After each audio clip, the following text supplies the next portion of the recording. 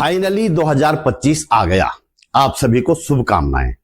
हालांकि ये प्रचंड ठंड के दिन हैं, लेकिन नए साल की इस नई बेला में उत्तराखंड में माहौल काफी गर्म है। ये गर्मी नगर निकाय चुनावों की है। इन चुनावों में एक बात बार बार सामने आ रही है। सवाल उठाया जा रहा है कि फलां जगह किसी पहाड़ी के बजाय दूसरी जगह से आकर यहां बसे व्यक्ति को टिकट दे दिया है, इसका विरोध होगा। उत्तराखंड मूल के व्यक्ति के बजाय किसी दूसरी जगह से आकर यहां बसे व्यक्ति को टिकट देना कितना सही है और कितना गलत, इस पर आगे बात करेंगे। लेकिन शुरू में ही एक बात मैं बता देना चाहता हूं कि बाहर से आकर चुनाव लड़ रहे व्यक्ति से ज्यादा खतरनाक हमारे लिए वो व्यक्ति हैं जो मूल निवासी तो इसी राज्य का है, लेकिन अज्ञात धन्ना सेठों से फंडिंग लेकर चुनाव लड़ता है सिर्फ इसलिए कि जनमत को विभाजित किया जा सके और किसी खास पार्टी को फायदा मिल सके। फंडिंग कर रहे इन धन्ना सेठों के सपने कुछ और ही हैं, जिन्हें समझने की हर उत्तराखंडी को जरूरत है। ये आंखें खोलने वाली सूचना है कि ये धन्ना सेठ हमारे ही लोगों को टूल बनाकर इस राज्य पर राज करने के सपने देख रहे हैं। बहुत जरूरी है ये वीडियो हम सब के लिए अंत तक देखिएगा।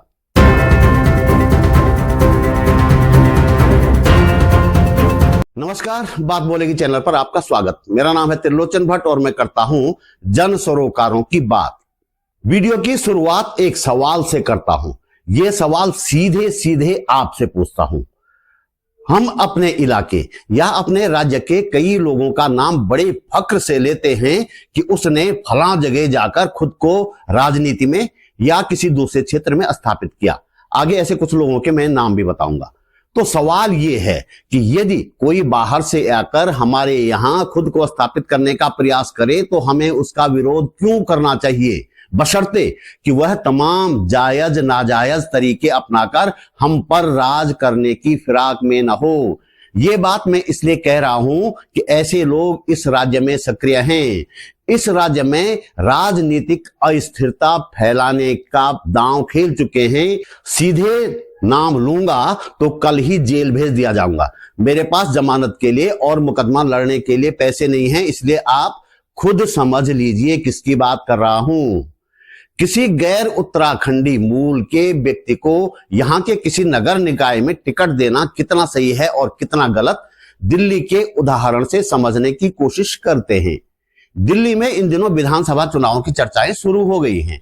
वहां उत्तराखंड के लोग कह रहे हैं कि गढ़वाल कुमाऊं के लोगों को राजनीतिक पार्टियां टिकट दें। यानी कि दिल्ली में हम कहना चाह रहे हैं कि हम बाहर से आकर यहां बसे हैं, इसलिए हमें टिकट दो। इसमें कोई बुराई भी नहीं है। लेकिन जब हम कहते हैं कि उत्तराखंड के फलां नगर निकाय में बाहर से आए व्यक्ति को टिकट क्यों दी, यहां के मूल निवासी को देनी चाहिए थी, तो यह हमारा दोहरा चरित्र नहीं है तो और क्या है, मैं आपसे पूछ रहा हूं। हम हेमवती नंदन बहुगुणा, नारायण दत्त तिवारी, मुरली मनोहर जोशी जैसे लोगों का सम्मान इसलिए भी करते हैं कि उन्होंने पहाड़ से बाहर जाकर दूसरे शहरों में, दूसरे राज्यों में अपने लिए जगह बनाई। यदि इन लोगों का वहां जाकर खुद को स्थापित करना सही है, तो किसी दूसरे राज्य से आकर उत्तराखंड में बसे किसी व्यक्ति को टिकट देना कैसे गलत हो सकता है। पहाड़ के लोगों की एक लंबी फहरिस्त है जिन्होंने पहाड़ से बाहर निकलकर चुनाव लड़े और जीते। सबसे बड़ा उदाहरण तो योगी आदित्यनाथ हैं। कोटद्वार का अजय बिष्ट नाम का एक लड़का गोरखपुर पहुंच जाता है। आज भारत की राजनीति में एक चर्चित चेहरा है। हेमवती नंदन बहुगुणा की राजनीतिक कर्मस्थली भी ज्यादातर समय इलाहाबाद रही। यही स्थिति मुरली मनोहर जोशी और नारायण दत्त तिवारी की है। विद्यासागर नौटियाल ने भी अपना राजनीतिक जीवन बनारस विश्वविद्यालय से शुरू किया था। रीता बहुगुणा जोशी की पूरी राजनीति इलाहाबाद और लखनऊ से चल रही है आज भी। रमेश मेंदोला 2 बार मध्य प्रदेश में विधायक रह चुके हैं। देश के कई राज्यों में, कई नगर निकायों में उत्तराखंड मूल के लोग पार्षद हैं। ऐसे आपको दर्जनों नाम मिल जाएंगे। और देश में ही क्यों, विदेशों में भी उत्तराखंड के लोगों ने अपना परचम लहराया है।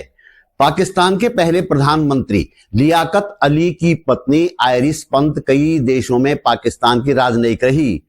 प्रसिद्ध लेखक हिमांशु जोशी के बेटे, हिमांशु जोशी कुमाऊं के थे, अमित जोशी नॉर्वे के आसला शहर में काफी समय से पार्षद हैं। यदि पहाड़ के लोगों ने दूसरे राज्यों या देशों में जाकर राजनीति में मुकाम हासिल किया है और हमें इस पर गर्व भी है, तो फिर दूसरी जगहों के लोग यहां आकर खुद को राजनीति में स्थापित करना चाहते हैं तो हमें इसमें बुरा क्यों मानना चाहिए? यह तो सीधे सीधे क्षेत्रवाद है जिसकी इजाजत हमारा संविधान हमें बिल्कुल नहीं देता। आप उतरिए ना मैदान में, मुद्दों के आधार पर साबित कीजिए कि सामने वाला आपसे कमजोर उम्मीदवार है। ये क्या बात हुई कि वह उत्तराखंड मूल का नहीं है इसलिए अयोग्य है? और ऐसा भी नहीं है कि बाहर के लोग पहले कभी उत्तराखंड में आए ही नहीं थे। शुरुआत तो आदि शंकराचार्य ने ही कर दी थी। उनकी बदौलत उत्तराखंड में आज 4 धाम हैं। उन चारों धामों में हर साल बड़ी संख्या में तीर्थयात्री आते हैं। केदारनाथ और बद्रीनाथ के तो मुख्य पुजारी भी दक्षिण भारतीय हैं। क्या हम सोच सकते हैं कि आदि शंकराचार्य ने केदारनाथ और बद्रीनाथ में दक्षिण के पुजारियों की व्यवस्था क्यों की होगी? कहीं यह व्यवस्था इसलिए तो नहीं की होगी कि इन तीर्थ स्थलों पर पहाड़ी और गैर पहाड़ी का भेदभाव पैदा न हो। चलिए शंकराचार्य छोड़िए, बहुत पुरानी बात हो गई है। उस समय उत्तराखंड की सामाजिक सांस्कृतिक व्यवस्था पता नहीं कैसी रही होगी, हम नहीं जानते। लेकिन हाल के दौर में भी कई लोग आए और यहाँ के होकर रह गए। पहला उदाहरण तो अंग्रेजों के दौर में उत्तराखंड आए फ्रेडरिक विल्सन का है, जो एक अंग्रेज था। अंग्रेजों की फौज से भागकर आया था और सुदूर हर्सिल में बस गया था। विल्सन हमेशा के लिए हर्सिल का होकर रह गया और हर्सिल के राजा का नाम पाकर मरा। हालांकि उसे उत्तराखंड के जंगलों के विनाशक के रूप में ज्यादा प्रसिद्धि मिली, लेकिन इसमें संदेह नहीं कि इन जंगलों को काट कर ही उसने पहले गंग नहर और फिर भारत में रेलवे लाइनों के विस्तार की अंग्रेज सरकारों की योजना को सफल बनाने में महत्वपूर्ण भूमिका निभाई। इन जंगलों को काटकर विल्सन ने तो खूब पैसा कूटा ही, टिहरी के तत्कालीन राजा सुदर्शन शाह को भी बेतहाशा पैसा दिया। हर्सिल की राजमा और सेब इसी विल्सन की देन बताए जाते हैं। एक और उदाहरण स्वामी मनमथन का है। वे केरल के थे और उन्होंने उत्तराखंड को अपनी कर्मभूमि बनाया। आज हम गढ़वाल क्षेत्र के ज्यादातर लोग जिस गढ़वाल विश्वविद्यालय से पढ़ाई करके निकले हैं या पढ़ाई कर रहे हैं, उसकी स्थापना में स्वामी मनमथन का भी बड़ा योगदान रहा। विश्वविद्यालय स्थापना के आंदोलन में वे अग्रणी भूमिका में थे।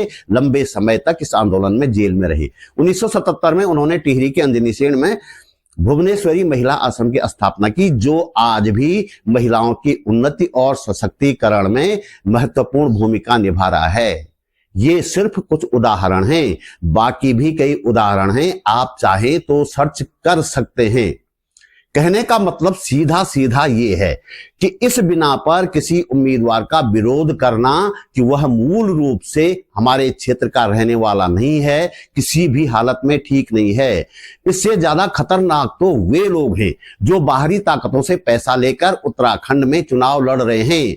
बेशक फिलहाल फंडिंग करने वाले इन सेठों का इरादा किसी खास पार्टी को फायदा पहुंचाना हो, लेकिन असली मकसद उनका उत्तराखंड पर काबिज होना है।